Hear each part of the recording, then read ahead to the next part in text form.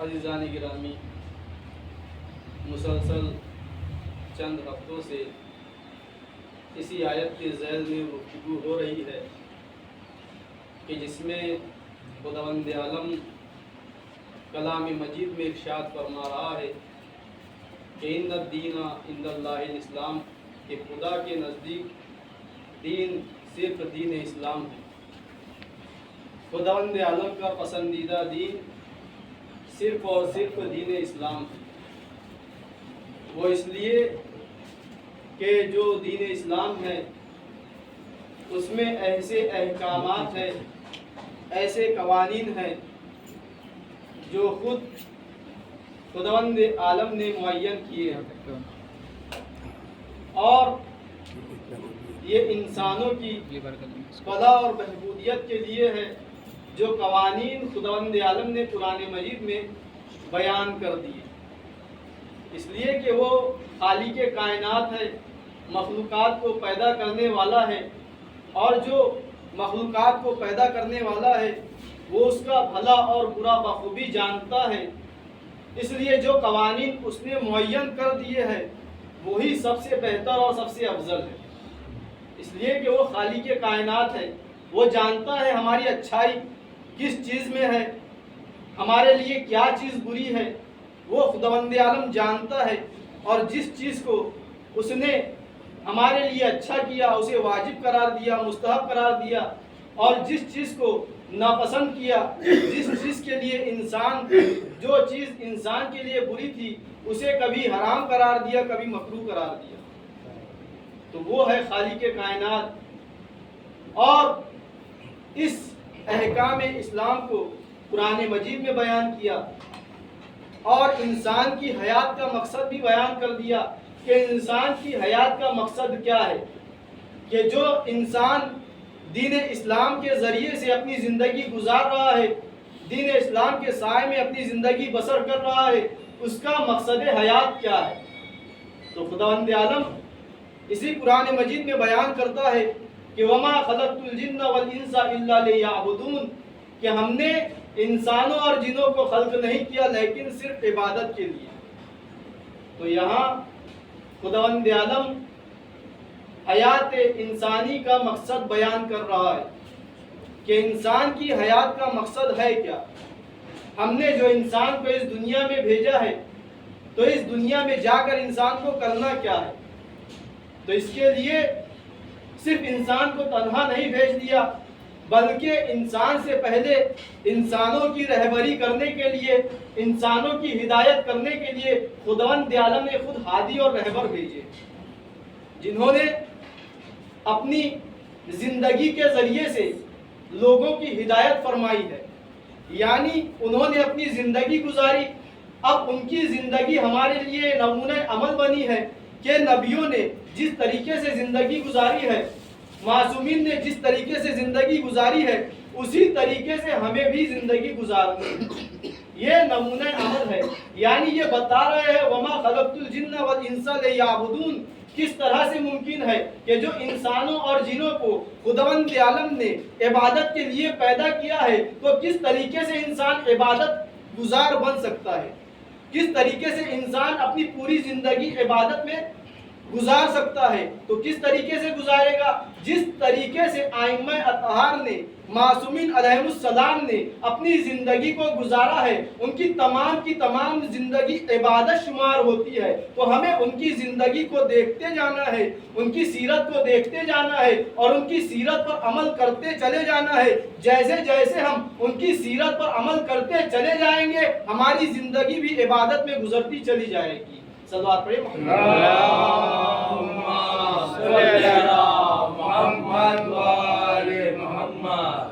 بعض اوقات انسان کے ذہن میں سوال آتا ہے کہ جو عبادت ہے وہ صرف نماز ہے، صرف روزہ رکھ لینا عبادت ہے، صرف حج کر لینا عبادت ہے، صرف زیارت کر لینا عبادت ہے۔ نہیں عزیزان گرامی، اگر ہم ان مختصر سے اعمال کو عبادت شمار کریں گے، یہ واقعاً عبادت ہے، لیکن خداوند عالم کہہ رہا ہے وما خلقت الجن والانس الا لیعبدون کہ ہم نے انسانوں اور جنوں کو صرف اور صرف عبادت کے لیے خلق کیا ہے. تو ہماری زندگی کا کوئی لمحہ بھی عبادت سے خالی نہیں رہنا چاہیے. اس آیت کے مطابق ہماری زندگی کا کوئی بھی وقت عبادت سے خالی نہیں ہونا چاہیے. اگر ہم نماز کو عبادت کہیں تو نماز ایک دن میں 5 وقت کے لیے واجب ہے، اور اس کا وقت آپ اگر شمار کریں، ایک وقت کی نماز کا وقت آپ زیادہ سے زیادہ لے لیں تو 10 منٹ. 5 وقت کی نماز 30 منٹ میں، آدھے گھنٹے میں پوری 5 وقت کی نماز ہو جاتی ہے. اگر صرف نماز کو عبادت لے لیا جائے تو باقی کا جو وقت رہ گیا اسے کیا کہیں گے؟ اور روزہ ماہ رمضان میں واجب ہوتا ہے، وہ بھی 12 مہینوں میں سے ایک مہینہ ہے. ایک مہینے میں روزہ واجب ہے. پھر آپ کے 11 مہینے کیسے گزرے؟ حج اگر مستطیع ہے انسان تو حج میں جائے گا، اور مستطیع نہیں ہوا تو اسے حج ہی نہیں کرنا ہے. تو پھر اس آیت کا مفہوم کیا ہوا کہ خداوند عالم کہہ رہا ہے وما خلقت الجن والانس الا لیعبدون کہ ہم نے انسانوں اور جنوں کو خلق نہیں کیا لیکن صرف عبادت کے لیے. تو اگر ہم ان عبادتوں کو دیکھیں تو یہ مختصر سے وقت میں تمام ہو جاتی ہے، اور انسان کی زندگی طولانی ہے. تو پھر انسان اپنی پوری زندگی کس طرح سے عبادت میں گزارے، کس طرح سے عبادت میں گزرے گی؟ تو عزیزان گرامی، ہمیں عبادت کے مفہوم کو سمجھنا ہوگا کہ عبادت کہتے کسے ہے. عبادت کا مطلب ہے اطاعت. اطاعت خداوندی کو انجام دینا، حکم پروردگار کو ماننا، یعنی جس چیز کو انجام دینے کے لیے خداوند عالم نے قرآن مجید میں حکم دیا ہے اس کام کو انجام دینا، اور جس کام کو منع کیا ہے اس کام سے رک جانا، اسی کا نام ہے عبادت. یعنی خداوند عالم جس چیز کا حکم دے دے اسے مان لے، اور جس چیز سے روکے رک جائے. تو ہمیں معلوم کیسے ہوگا کہ خداوند عالم کیا چاہ رہا ہے، خداوند عالم کس کام کے کرنے کے لیے کہہ رہا ہے، کس کام سے روک رہا ہے؟ وہ ہمارے سامنے آ نہیں سکتا، یہ اس کا کمال ہے، اور ہم اس کو دیکھ نہیں سکتے. تو پھر خداوند عالم اپنے احکامات کو بتائے کیسے؟ تو خداوند عالم نے قرآن مجید میں اعلان کر دیا وما ينطق عن الهوى ان هو الا وحی یوحى کہ جس نبی کو ہم نے بھیجا ہے وہ وحی الہی کے مطابق گفتگو کرتا ہے، وحی الہی کے مطابق کلام کرتا ہے. پھر ارشاد فرمایا عبادت کیسے کرے، کس طرح سے عبادت کرے؟ تو قرآن مجید میں آیت آئی اطیعوا اللہ واطیعوا الرسول واولی الامر منکم. عبادت یعنی اطاعت، اللہ کی اطاعت کرو. اللہ کی اطاعت کس طرح سے کرے؟ تو پھر آیت نے پڑھ کر کہا اطیعوا اللہ واطیعوا الرسول، اللہ کی اطاعت کرو، رسول کی اطاعت کرو، اور صاحبان امر کی اطاعت کرو. صلوات پڑھیں اللہم صلی علی محمد وآل محمد. تو اب ہمیں کس طرح سے معلوم ہوگا کہ ہماری زندگی جو گزر رہی ہے عبادت میں گزر رہی ہے یا نہیں؟ تو ہمیں دیکھنا ہوگا کہ رسول کس چیز کا حکم دے رہے ہیں.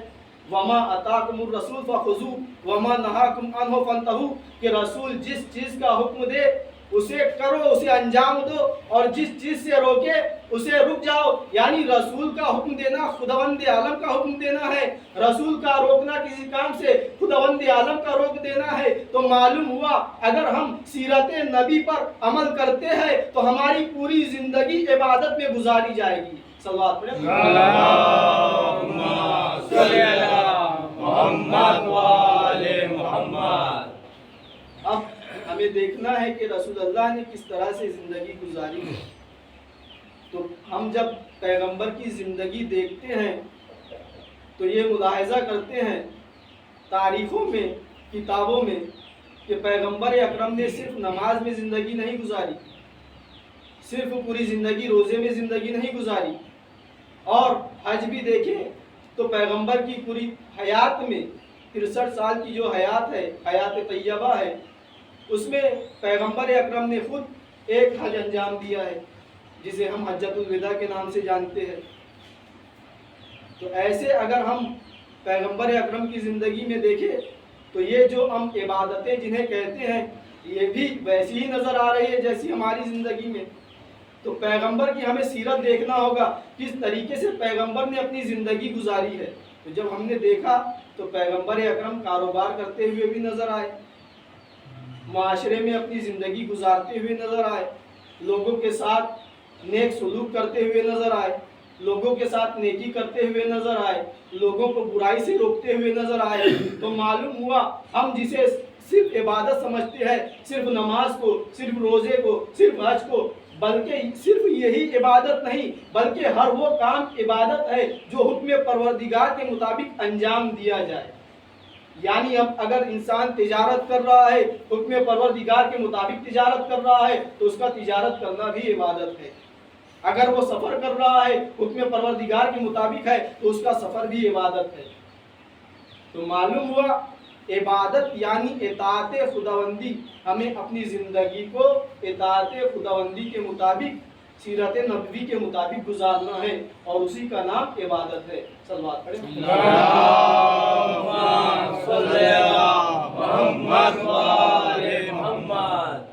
ایک مرتبہ اصحاب پیغمبر اصحاب کے سامنے، نبی کے سامنے موجود تھے۔ پیغمبر اکرم نے سوال کیا کہ تم میں سے وہ کون ہے جو پورا سال روزے رکھتا ہے؟ جناب نبی اکرم کے جلیل القدر صحابی اٹھے، کھڑے ہوئے، جناب سلمان فارسی کہا یا رسول اللہ میں پورے سال روزے رکھتا ہوں۔ پھر پیغمبر اکرم نے دوسرا سوال کیا تم میں سے وہ کون ہے، تم میں سے وہ کون ہے جو پوری رات جاگ کر عبادت کرتا ہے؟ تو پھر جناب سلمان فارسی کھڑے ہوئے، کہا یا رسول اللہ میں پوری رات جاگ کر عبادت کرتا ہوں۔ پھر پیغمبر اکرم نے سوال کیا تم میں سے وہ کون ہے جو ایک دن میں پورا قرآن ختم کر لیتا ہے، مکمل قرآن ختم کر لیتا ہے؟ تو پھر جناب سلمان فارسی کھڑے ہوئے، کہا یا رسول اللہ میں ایک دن میں پورا قرآن ختم کر لیتا ہوں۔ دیکھیے پیغمبر اکرم اپنے اصحاب کے درمیان کس طرح سے تبلیغ دین کر رہے ہیں، بتا رہے ہیں عبادت ہم زندگی میں کس طریقے سے بآسانی انجام دے سکتے ہیں، پوری زندگی ہم کس طریقے سے عبادت میں گزار سکتے ہیں۔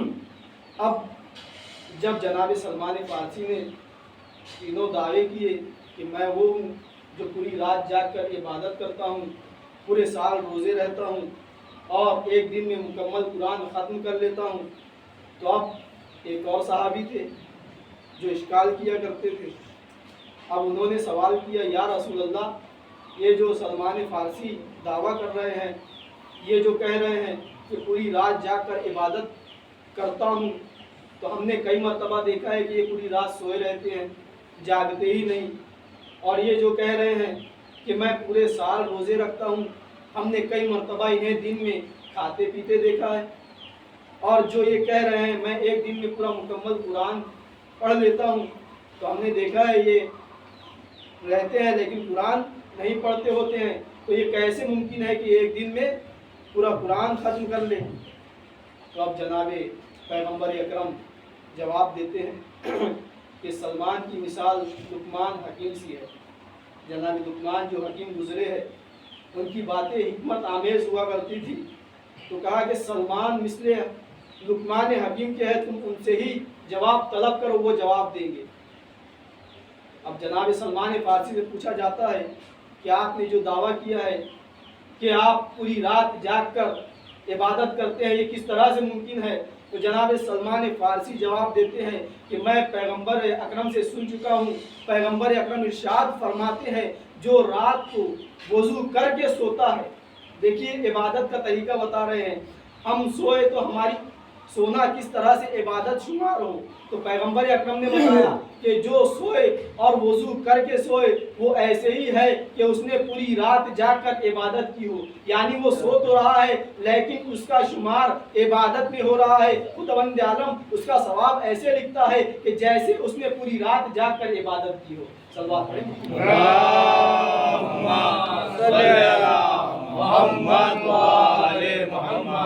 اس کے بعد دوسرا سوال کرتے ہیں کہ آپ جو یہ دعویٰ کر رہے ہیں کہ پورے سال روزے رہتے ہیں، ہم نے کئی مرتبہ دیکھا ہے کہ آپ کھاتے پیتے رہتے ہیں۔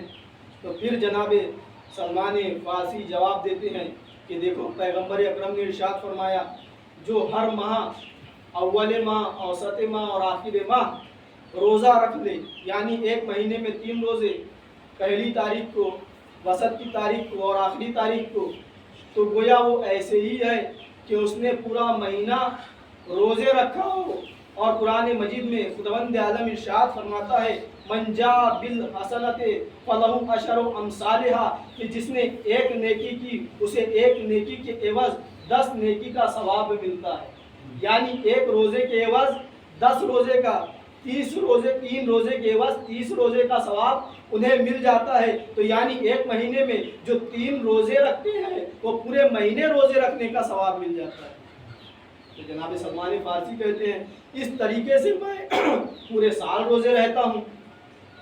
اب پھر سوال ہوتا ہے ٹھیک ہے آپ نے یہ بھی جواب دے دیا، پھر کہا کہ آپ نے یہ جو کہا ہے کہ ایک دن میں پورا مکمل قرآن ختم کر لیتے ہیں، یہ کس طرح سے ممکن ہے؟ ہم نے کئی مرتبہ کوشش کی، ایک دن میں نہیں کر پاتے۔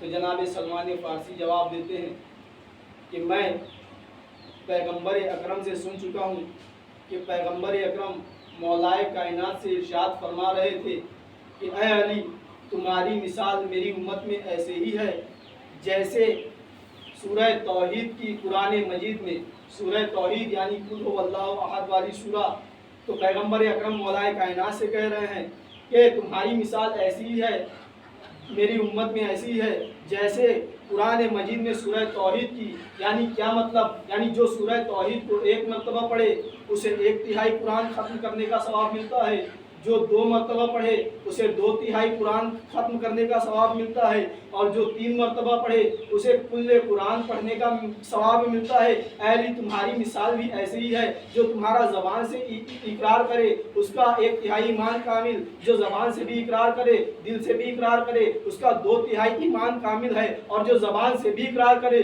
دل سے بھی اقرار کرے اور اپنے ہاتھوں سے بھی تمہاری نصرت کرے اس کا ایمان کامل ہے۔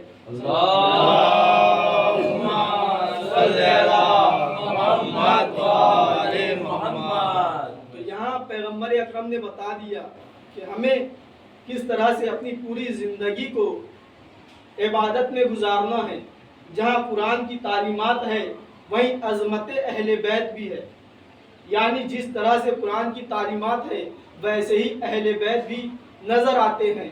ایسے ہی پیغمبر اکرم نے نہیں فرما دیا انی تارکن فیکم الثقلین کتاب اللہ و عترتی اہل بیتی ما ان تمسکتم بہما لن تضلوا بعدی ابدا، کہ میں تمہارے درمیان 2 غرا قدر چیزیں چھوڑے جا رہا ہوں، ایک قرآن اور دوسرے میرے اہل بیت، جب تک تم ان سے وابستہ رہو گے میرے بعد ہرگز گمراہ نہیں ہو سکتے۔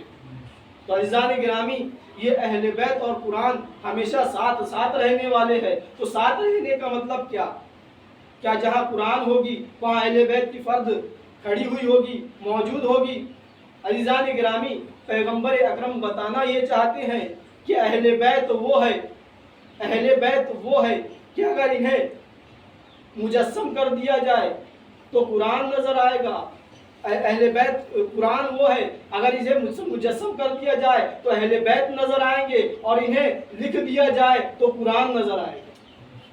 یعنی اہل بیت اور قرآن ایک ہے، الگ الگ نہیں ہے۔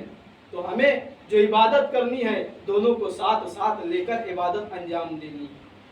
اب پیغمبر اکرم ہدایت انسان کے لیے آئے، اور یہ ایام عزائے فاطمیہ کے یہ جو روز گزر رہے ہیں مخصوص ہے جناب فاطمہ زہرا سلام اللہ علیہا،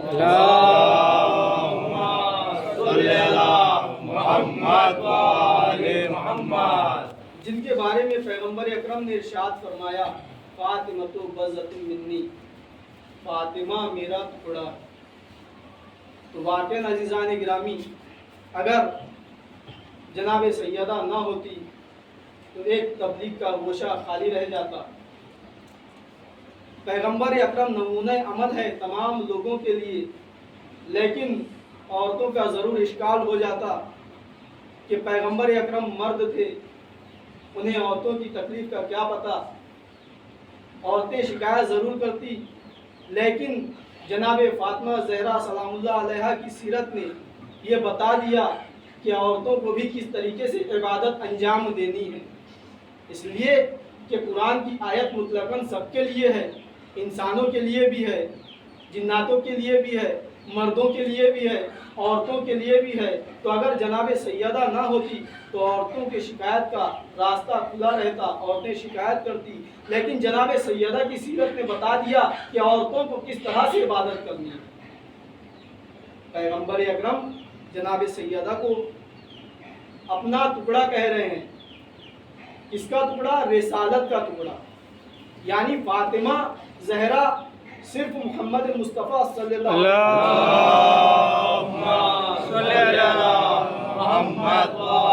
وسلم ذات کا ٹکڑا نہیں ہے، بلکہ منصب رسالت کا ٹکڑا ہے، جز رسالت ہے۔ اور کل اور جز کی خاصیت ہوتی ہے، دو خصوصیتیں بیان کرتا ہوں کہ جس میں عظمت جناب فاطمہ زہرا نظر آتی ہے۔ کیا خاصیت ہے؟ پہلی خاصیت یہ ہے کہ جو ذائقہ کل میں ہوتا ہے وہی ذائقہ اس کے جز میں ہوتا ہے۔